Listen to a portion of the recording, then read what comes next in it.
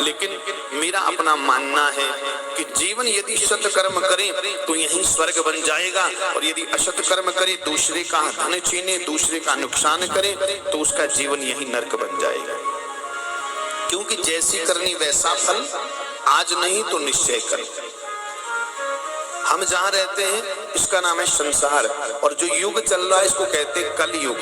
लेकिन ये कल युग नहीं है, कर युग है। इस हाथ दे और इस हाथ ले, अब जैसा करोगे वैसा फल मिलेगा।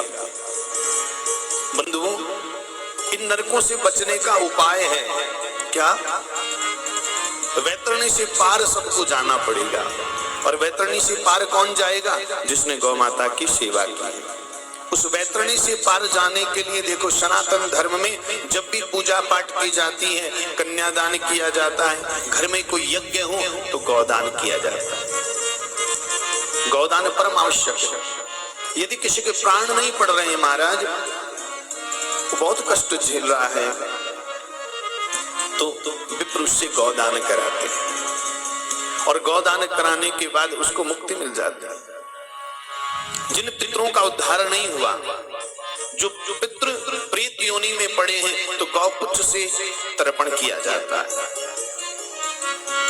वैतरणी से पार जाने के लिए गौ सेवा बड़ी आवश्यक है, और जिसके जीवन में गौ सेवा है उसके जीवन में गोपाल है महाराज।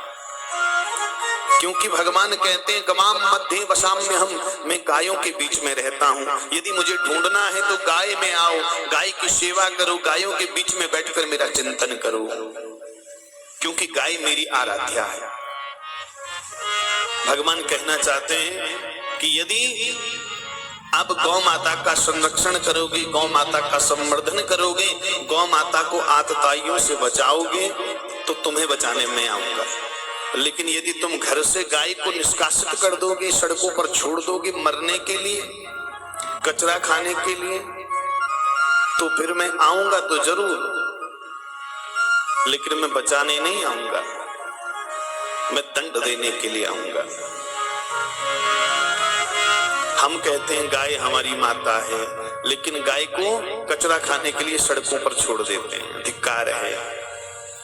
जिसने अपने जीवन में गौ माता को प्यास से तड़पने के लिए, भूखों मरने के लिए सड़क पर छोड़ दिया, वो कभी कृष्ण कृपा को प्राप्त नहीं कर सकता।